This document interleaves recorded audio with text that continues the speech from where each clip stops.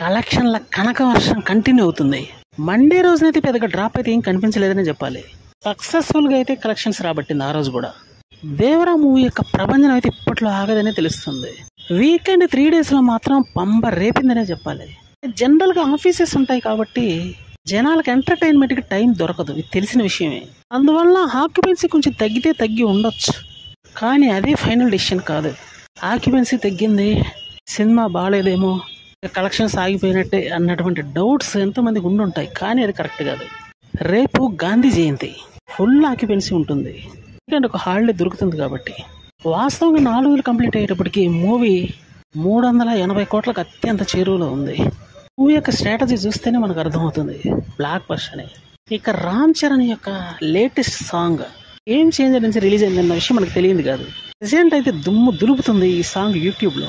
Millions of views ఇమీడియట్లీగా రాబడుతుందని చెప్పాలి.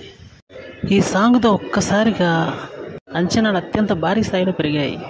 Global star అంటే ఆషామాషిగా ఉండదు కాబట్టి రామ్ చరణ్ మూవీ మీద ఎప్పటికీ భారీ అంచనాలే ఉంటాయి. ఇప్పుడు జరుగుతుంది కూడా అదే.